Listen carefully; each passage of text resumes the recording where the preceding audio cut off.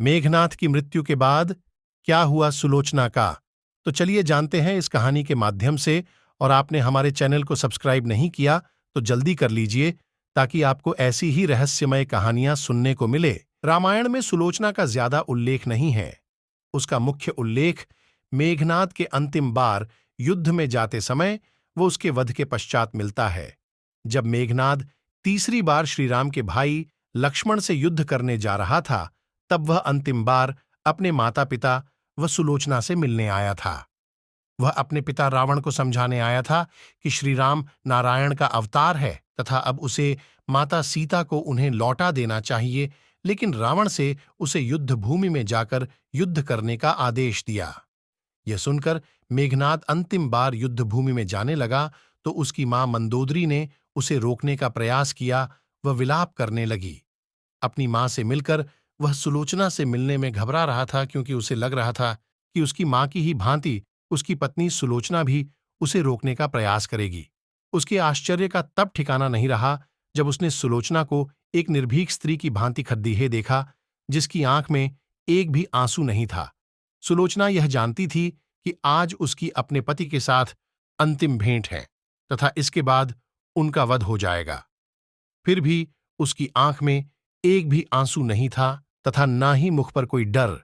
वह एक निडर महिला की भांति खड़ी थी, जिसे मेघनाद को युद्ध भूमि में वीरों की भांति युद्ध करने को कहा। यह देखकर मेघनाद को सुलोचना पर बहुत गर्व हुआ तथा वह तेज गति से युद्ध भूमि के लिए निकल पड़ा। इसके बाद मेघनाद का लक्ष्मण के हाथों वध हो गया।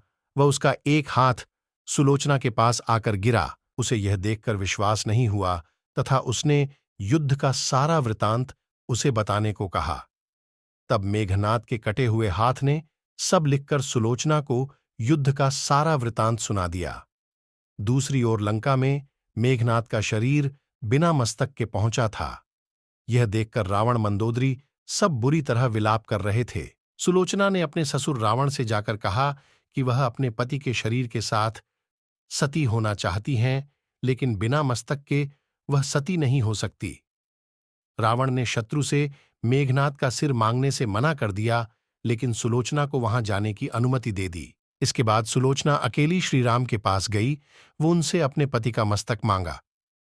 यह देखकर वानर राज सुग्रीव को आश्चर्य हुआ कि सुलोचना को कैसे पता चला कि मेघनाद का मस्तक उनके पास है।